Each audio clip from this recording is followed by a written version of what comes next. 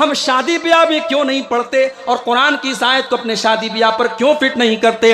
लक़द काना लकुम फी रसूलिल्लाहि उस्वतुन हसना। ओ लोगों, मेरा नबी तुम्हारे लिए नमूना है, मेरा नबी नमाज में भी तुम्हारे लिए नमूना है, मेरा नबी शादी ब्याह में भी तुम्हारे लिए नमूना है। हर साल जहेज के ऊपर तकरीरें हो रही हैं, मगर कोई फर्क नहीं हो रहा है।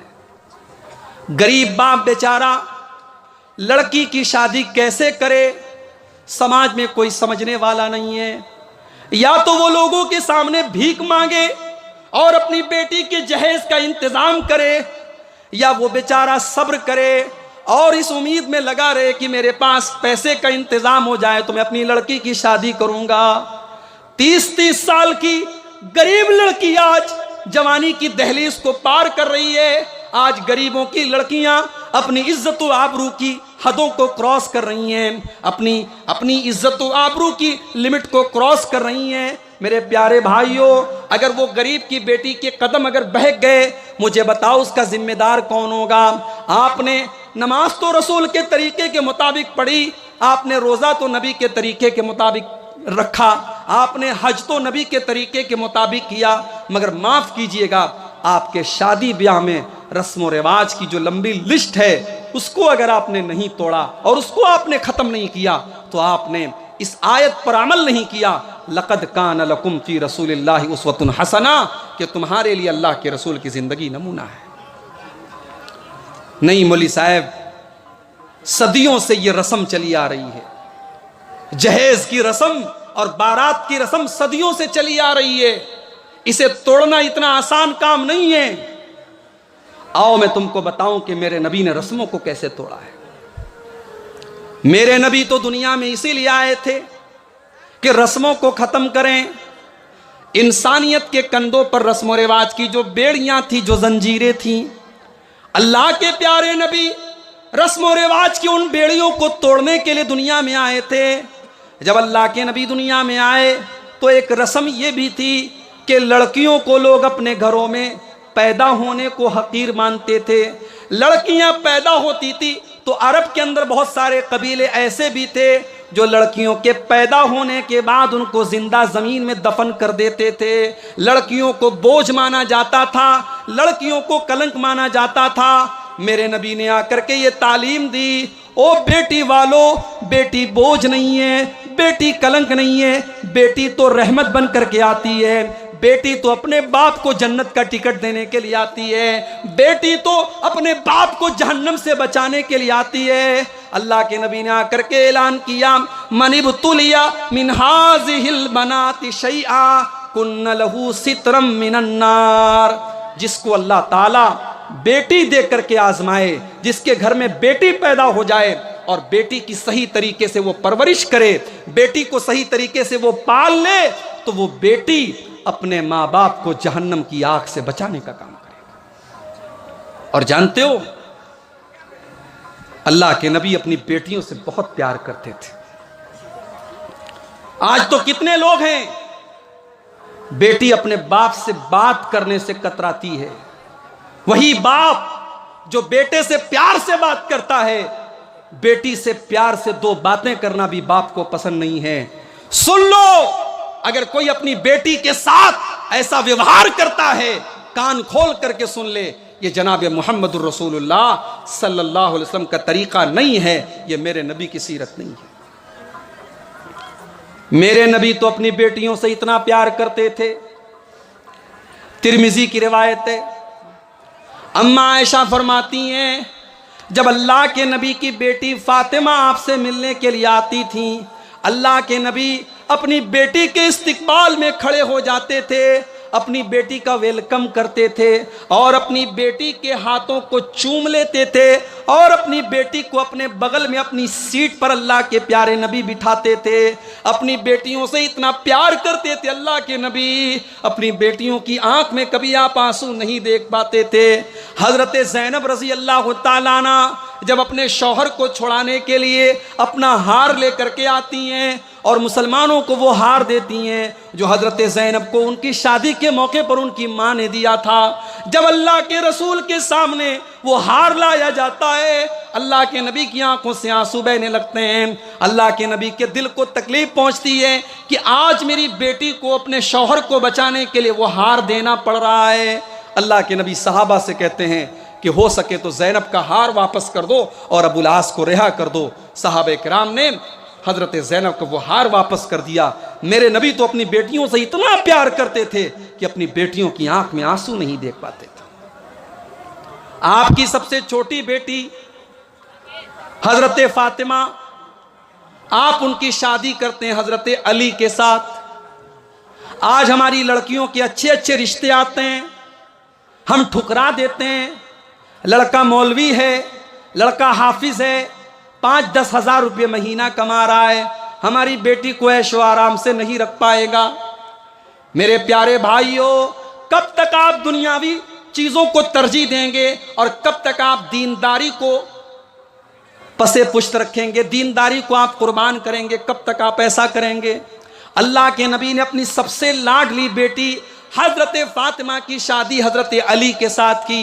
और माफ़ कीजिए, हज़रत अली के पास कोई सरकारी नौकरी नहीं थी, कोई बड़ा बिजनेस नहीं था, कोई बहुत बड़ी प्रॉपर्टी नहीं थी, बल्कि जब अल्लाह के नबी ने अपनी बेटी की शादी की तो हज़रत अली के पास तो अपना वलीमा करने का इंतज़ाम भी नहीं था, अपनी बीवी को महर देने का इंतज़ाम भी नहीं था। वो तो अल्लाह के रसूल ने उनको मशवरा दिया कि जाओ तुम अपनी ज़रा बेच करके आओ, और उससे उन्होंने वलीमा का इंतज़ाम किया और अपनी बीवी को महर देने का इंतज़ाम किया।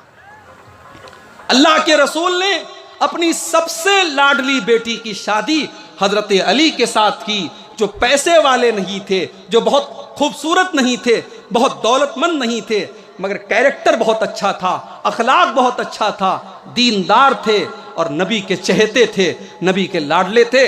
नबी ने अपनी लाडली बेटी की शादी हजरत अली के साथ की। मेरी प्यारी माँ बहनों, अगर आपने अपनी बेटी के लिए किसी राजकुमार को चुन के रखा है, जरा इस हदीस को अपने सामने रखना।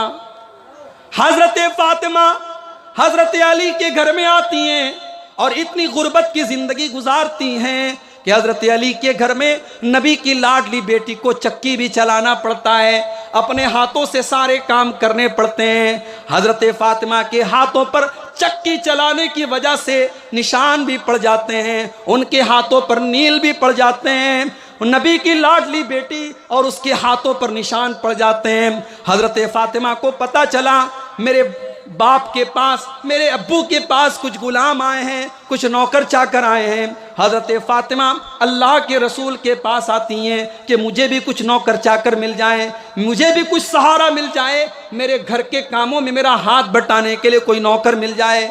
जब हजरत फातिमा आती हैं, बुखारी के अल्फाज हैं, अल्लाह के नबी से मुलाकात नहीं होती, अल्लाह के नबी से मुलाकात नहीं होती, तो हज़रत फ़ातिमा वापस चली जाती हैं और हज़रत आयशा से कहती हैं कि मेरे अब्बा जान आए तो उनको ये पैगाम पहुंचा दीजिएगा कि आपकी बेटी आई थी और आपकी बेटी को एक ग़ुलाम की ज़रूरत है, आपकी बेटी अकेली काम करते करते थक जाती है, उसके हाथों में निशान पड़ गए हैं, आपकी बेटी को एक ग़ुलाम की ज़रूरत है।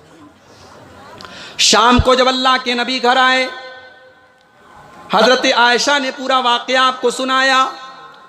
बुखारी के अल्फाज, अल्लाह के नबी उसी वक्त अपनी बेटी के घर पहुंचे, बेटी के घर पहुंचे, बेटी और दामाद अपने बिस्तर पे सोने की तैयारी कर रहे थे।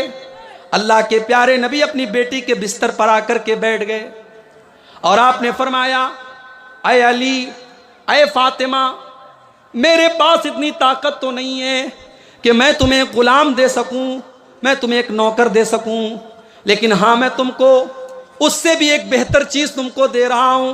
इज़ा अवई तुमा इला फिराशिकुमा, ऐ मेरी बेटी और मेरे दामाद, जब तुम बिस्तर पे सोने जाया करो तो 33 बार तुम सुभान अल्लाह पढ़ लिया करो, 33 बार तुम अल्हम्दुलिल्लाह पढ़ लिया करो और 34 बार तुम अल्लाहु अकबर पढ़ लिया करो। तुम्हें किसी नौकर की ज़रूरत नहीं पड़ेगी, तुम्हें किसी नौकरानी की ज़रूरत नहीं पड़ेगी। ये तस्बीह तुम पढ़ के सो जाओ, तुम्हारी सारी थकावट दूर हो जाएगी, तुम्हारी सारी तकलीफ़ें दूर हो जाएंगी। ये नबी की तरबियत का तरीक़ा था अपनी बेटियों का। ऐसे तरबियत की है अल्लाह के नबी ने अपनी बेटियों को।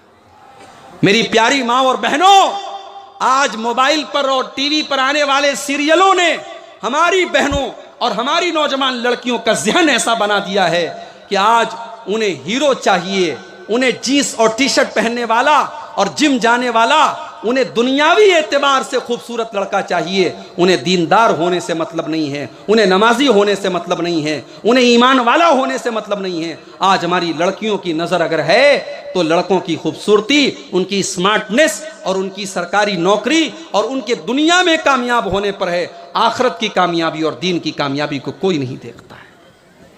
तो शादी ब्याह में मेरे भाइयों, ये जो जहेज की रस्म हमने पाली है, अल्लाह के रसूल ने रस्मों को कैसे खत्म किया है, जरा आप वो गौर करें। अल्लाह के नबी के जमाने में एक रस्म यह भी थी कि कोई किसी लड़के को अगर गोद ले लेता था तो वो उसका सगा बेटा मान लिया जाता था।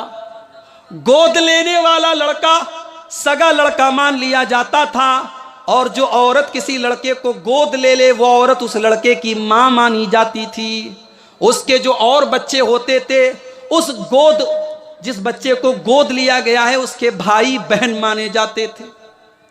इस्लाम ने इस रस्म को कंडेम किया, इस्लाम ने इस रस्म पर पाबंदी लगाई और इस्लाम ने इस रस्म को गलत करार दिया। और अल्लाह ताला ने कुरान की आयत नाजिल की, वमा जाला अदइयाकुम, अल्लाह ताला ने तुम्हारे मुंह बोले बच्चों को तुम्हारा सगा बेटा नहीं बनाया। तुमने जिसको गोद ले लिया, जिसको तुमने मुंह से कह दिया ये मेरा बेटा है, वो तुम्हारा सगा बेटा नहीं हो सकता। अल्लाह की नज़र में वो तुम्हारा सगा बेटा नहीं है। अब ज़रा गौर से सुनना, मैं जो बात आपसे कहने जा रहा हूँ। अल्लाह के नबी ने हज़रत ज़ैद रज़ी अल्लाह तआला अन्हु को अपना मुंह बोला बेटा बना लिया। ये हज़रत ज़ैद कौन थे? ये बेचारे अच्छे खानदान के थे, लेकिन डाकुओं ने इनको बचपन में किडनैप करके इनको गुलाम बना के बेच दिया। अब हजरत ज़ैद गुलाम बन करके मक्का में बिक रहे थे। हजरत खदीजा रजी अल्लाह ताला अन्हा के चचाजाद भाई थे हजरत हकीम बिन हिजाम, उन्होंने खरीद लिया हजरत ज़ैद को और फिर हजरत खदीजा को उन्होंने दे दिया। फिर हजरत खदीजा की शादी जब अल्लाह के रसूल के साथ हुई तो हजरत खदीजा ने हजरत ज़ैद को अल्लाह के रसूल की खिदमत में दे दिया। अल्लाह के